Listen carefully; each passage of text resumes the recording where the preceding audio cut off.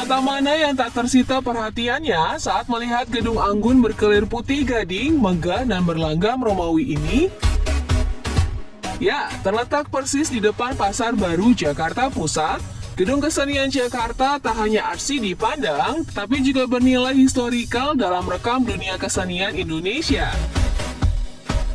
Diresmikan pada 7 Desember 1821, gedung yang semula bernama Screwburg Walter Rade atau Komedi Gebouw berdiri atas prakarsa kelompok sandiwara paling kondang saat itu, Toneel Utdesching. Meski tergolong megah dan mewah, namun proses pembangunan gedung pertunjukan seluas 5.100 meter persegi ini hanya memakan waktu 14 bulan setelah dikeluarkannya surat keputusan pemerintah. Namun, pembangunan gedung sempat tertunda beberapa waktu karena kolera yang mewabah dan merenggut ratusan jiwa penduduk di Hindia Belanda. Ada barang, ada harga. Jangan kaget ya, anak Jakarta. Untuk membangun gedung mewah ini, kolonial Belanda menelan nominal fantastis hingga menyentuh 60.000 gulden dalam kurs mata uang saat itu atau setengah miliar jika dikonversi ke rupiah saat ini. Sungguh angka yang sangat besar ya, anak Jakarta, jika dibandingkan dengan kelayakan hidup warga lokal Batavia yang kala itu mengalami kesenjangan sosial yang tajam akibat penjajahan dan imbas wabah kolera. Dari gedung teater sederhana, di tangan Daendels, inisiator gagasan pembangunan gedung, teater bambu itu disulap menjadi gedung teater Screwburg Walter Rade yang mewah seperti yang anak Jakarta lihat saat ini. Namun, di masa kedudukan kolonial Jepang di masa Perang Dunia II pada 1939 sampai 1945, gedung berganti nama menjadi Kirisu Geihicho ini diambil alih oleh tentara Jepang sebagai bioskop Dana NCT Theater. Pertunjukan tonil atau sekelompok sandiwara masih tetap dihelat di sini, namun dengan kurasi ketat dari tentara Jepang. Gedung ini menjadi saksi dari operasional Keimin Bunka Shidosho atau Badan Urusan Kebudayaan Jepang. Warga Batavia saat itu diajak untuk ikut bersandiwara. Alih-alih bermain peran, sebenarnya para leluhur kita itu dipropaganda secara budaya agar mau mengakui kedudukan Jepang atas Hindia Belanda dan Jepang sebagai penguasa Asia. Oh ya, anak Jakarta, kala itu, selain sebagai gedung pertunjukan, Jepang juga menjadikan gedung kesenian ini sebagai markas tentara mereka. Puas membahas riwayat gedung, sekarang mari kita telusuri wajah gedung kesenian Jakarta saat ini. Saat pertama kali masuk ke pintu utama gedung, mata kita akan disuguhi deretan foto para seniman pertunjukan papan atas dari dalam dan luar negeri.